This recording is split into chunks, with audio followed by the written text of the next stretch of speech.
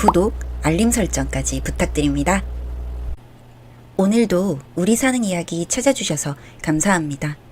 사연자분이 보내주신 이야기 시작해볼게요. 제 인생에는 3명의 엄마가 있었습니다. 첫 번째는 저를 낳아주신 친엄마, 두 번째는 기억에 남기기도 싫을 정도로 끔찍하셨던 새엄마, 그리고 세 번째는 이제는 마음으로 온전히 이해하고 받아들이기로 다짐한 저의 새 엄마입니다. 이 글은 저의 세 번째 엄마에게 바치고 싶습니다. 친엄마에 대한 기억은 거의 없습니다. 너무 어릴 때 헤어졌기 때문인데요. 책이나 영화 혹은 드라마에서만 나오던 그런 일들을 실제로 겪게 해주신 장본인이기도 합니다. 하루는 친엄마와 같이 시장에 갔다가 엄마가 아이스크림을 하나 손에 쥐어주시면서 아이스크림 다 먹기 전에 돌아올게 라고 하시고는 어디론가 훌쩍 가셨고, 아이스크림을 다 먹어 없어지고 20가지밖에 셀 줄 몰랐던 제가 지나가는 사람을 20하고도 6번을 더 넘게 세었을 때까지 돌아오지 않으셨습니다. 해가 니역니역 저물 무렵 친한 과일가게 아줌마께서 저를 발견하셔서 가게에 데려가 물과 TV를 보여주셨고, 한참 뒤 아빠가 헐레벌떡 달려오시며 저를 끌어안고 아이처럼 엉엉 목 놓아 우시던 것만이 기억나네요. 그 뒤로는 친엄마를 본 적이 없습니다. 어릴 땐 많이 궁금하기도 했습니다. 왜 그랬을까? 뭐가 그렇게 힘들었을까? 하지만 그런 궁금증조차도 시간이 지나니 사라지더군요. 두 번째 새엄마는 친엄마가 훌쩍 떠나고 3년이 지나 제가 초등학생이 되었을 무렵 아빠가 데려오셨습니다.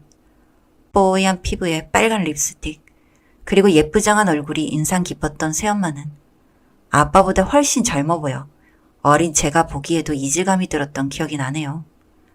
그래도 이제 엄마가 되어줄 거란 아빠의 소개에 엄마의 부재가 그리웠던 탓일까? 이질감은 뒤로 한 채 반갑고 설레었습니다. 두 번째 새엄마에게는 저보다 1살 어린 남자아이가 있었습니다. 친구들이 동생이 있는 것을 부러워했던 저라 이제 나에게도 엄마와 동생이 생겼구나 하며 잔뜩 기대를 품었습니다. 하지만 어린 나이에 아무것도 모르고 마냥 행복한 미래를 기대했던 제게 두 번째 새엄마와 1살 어린 남동생은 그 기대를 산산조각 내주었죠. 노골적인 차별은 일상이었습니다. 아빠는 퇴근 시간이 늦으시기 때문에 주로 새엄마와 남동생 그리고 저 셋이 보내는 시간이 많았고, 아빠가 오시기 전까지는 모든 시간은 저는 제 방 안에서 나올 수가 없었습니다. 끼케야 화장실만 갈 수 있는 정도였고, 저녁 식사 시간조차 저는 아빠가 오지 않으면 새엄마와 남동생이 먹다 남긴 밥과 반찬을 갖고 제 방 안에서만 먹어야 했습니다. 설거지도 당연히 제 몫이었고 새엄마는 제 몫에 빨래조차 해주지 않았습니다. 어쩌다 아빠에게 낌새라도 들키던 날이면 보이지 않는 곳만 골라서 새엄마에게 매질을 당했어야 했기 때문에 저는 매일 눈물을 삼킬 수밖에 없었습니다. 가족여행은 늘 새엄마의 눈치를 보며 아프다는 핑계로 빠졌어야 했고, 상황을 알지 못하는 아빠는 제가 겉돌고 새엄마와 남동생을 배척한다고 했지만 사실은 그게 아니었던걸요. 알아주지 못하는 아빠에 대한 원망과 미운 감정들도 시간이 지날수록 감당할 수 없을 만큼 깊어져 저는 가족이 정말 죽는 것보다 싫었습니다. 제가 조금 더 크고 나자 매질은 없어졌지만 손가락으로 머리를 밀치며 비꼬고, 조금만 귀가 시간이 늦어지면 창녀촌에서 몸이라도 팔고 오냐는 등 정신적 정서적 학대가 계속되었습니다. 두 번째 새엄마와 제가 중학교 3학년이 될 때까지 같이 살았습니다. 아빠와 새엄마가 헤어지시게 된 계기는 저 때문이었는데, 새엄마가 집 앞에서 외간 남자와 스킨십을 하고 있는 것을 제가 보았고 그걸 아빠에게 말했기 때문이었죠. 그 자세한 어른들의 사정을 알지 못하지만 언성이 몇 차례 오가고 집 물건들이 몇 차례 던져지고 새엄마와 남동생이 짐을 싸서 나갔을 때 차라리 잘 됐다고 생각했습니다. 그 후 제가 고등학교 3학년이 되기 전까지 아빠는 연애는 몇 차례 하시는 것 같았지만 제게 새엄마라고 소개시켜주는 일은 없었습니다. 두 번째 새엄마 때의 상처로 아빠와의 대화는 단절이 되었고, 어차피 그맘때쯤 저는 대입 준비를 위한 내신 관리에 집중하고 있었어서 아빠가 뭘 하는지 뭐하고 다니시는지 크게 관심이 없었습니다. 정막한 가정이었습니다. 다만 가끔 새벽까지 공부하다가 코피가 터져 혼자 화장실에서 피를 닦고 있는 절 보고 있노라면 친구들이 가끔 부담스럽다며 이야기하는 친구들의 엄마가 생각이 났습니다. 도시락을 싸준다든지 야자 끝나면 집 앞에 마중을 나온다든지 하는 그런 시시콜콜한 이야기들이요. 그런 생각들이 들 때마다 떨쳐내기 위해 더 악착같이 공부를 했던 것 같습니다. 그러다 고3 수능을 200일 정도 앞두었을 때 아빠가 세 번째 새엄마를 집에 모시고 왔습니다. 세 번째 새엄마는 저를 보며 멋쩍은 듯 배시시 웃으며 잘 지내보자며 반갑게 인사했습니다. 그러나 저는 두 번째 새엄마랑은 비교도 안 될 정도로 통통하고 꾸밈이라고는 일절 없는 모습에 거부감이 먼저 들었고 수능을 200일 앞둔 이 시점에 새엄마를 데려온 아빠가 정신이 나갔다는 생각이 먼저 들었습니다. 이번에는 아예 불미스러운 일이 생기지도 않도록 접점을 만들지 말자. 어른의 손이 필요한 어린애도 아니고 내 앞가림 내가 할 수 있다 라는 마음으로 방문을 닫고 들어갔습니다. 방문을 닫아버림으로써 제가 할 수 있는 최대한의 거부를 표현한 셈이었습니다. 거실에서 멋쩍은 듯이 다시 배시시 웃는 새엄마의 목소리와 제 행동이 살짝 화가 나신 듯 언성이 높아진 아빠의 목소리가 들렸지만 무시하고 공부만 하며 지냈습니다. 세 번째 새엄마는 참 제게 지극정성이었습니다.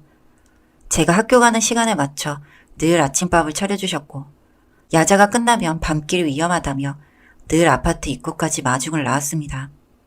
새벽까지 공부하는 절 위해 늘 간단한 다각거리를 챙겨주었죠. 그 다각거리조차 제 공부에 방해될지도 모른다며 방문 앞에 두고 문만 똑똑하고 돌아갔습니다. 그러나 저는 새엄마에게 참 모질었습니다. 아침밥을 차려주면 바쁘다, 늦었다 하며 먹지 않고 등교했고 야자 끝난 저를 새엄마가 아파트 정문에서 기다리면 저는 후문으로 돌아 들어갔습니다. 다각거리를 문 앞에 두고 가는 걸 뻔히 알면서도 절대 문 밖으로 나가지 않았습니다. 익숙하지 않은 다정함이 오히려 저를 불안하게 만들고 날서게 만들었습니다. 어차피 새엄마는 아빠와 헤어지면 나랑도 연이 없어질 사람이고 내 친엄마조차 날 버렸는데 피 한 방울 섞이지 않은 이 사람이 나를 온전히 사랑해줄 이유도 없을 뿐더러 지금 이 모습이 평생 갈 거란 확신도 전혀 없었기 때문이었죠. 그저 새엄마가 지치기를, 그래서 그저 한 지붕 아래 사는 남남이기를 바랬습니다. 수능을 하루 앞둔 날 하필 제가 몸살에 걸리고 말았습니다. 열은 펄펄 끓고 세상은 핑핑 도는데 그동안 해온 공부가 의미가 없어지는 것만 같아 하염없이 눈물만 흘렀습니다. 다음 달 컨디션이라도 챙기는 게 옳을 것 같아 약을 먹고 잠자리에 일찍 누웠는데 몸이 정말 부서지는 것만 같았습니다. 깊은 잠에 들지도 못하고 내내 선잠을 자는데 문득문득 새엄마가 물수건으로 제 이마를 닦아주고 손을 주물러주고 눈물을 훔치는 것 같은 모습이 보였습니다. 꿈인지 생시인지 구분도 안 가는 와중에 새엄마의 마음에 큰 감동을 받았습니다. 다행히 수능 당일에는 컨디션이 되돌아왔고 무사히 수능을 잘 치러 원하는 대학에 붙었습니다. 소식을 들은 새엄마는 마치 본인 일을 마냥 또 아이처럼 방방거리며 축하해 주었습니다. 제가 새엄마에게 마음의 벽을 거두기 시작한 것은 이때부터입니다. 수능을 보고 온 그날 저녁 세 번째 새엄마와 집에서 처음으로 마주 앉아 식사를 했습니다. 새엄마가 제 눈치를 쭈삣쭈삣 보며 오늘은 같이 먹어줄 수 있니? 하는 모습이 너무 죄송했습니다. 아빠도 대답을 잘 못하시더라고 하며 제가 좋아할 것 같은 반찬들 위주로 차렸다는 그날의 저녁상은 제가 평생 먹어본 저녁 식사 중 최고였습니다. 밥을 먹는데 밥이 귀에 들어가는지 코에 들어가는지 모를 정도로 눈물이 뚝뚝 흘렀습니다. 입에서는 감사해요, 죄송해요 이 두 말밖에 나오지 않았는데 새엄마는 그런 저를 보고 그저 말없이 끌어안아 주실 뿐이었습니다. 그 뒤로 새엄마와 저는 정말 절친처럼 꼭 붙어 다녔습니다.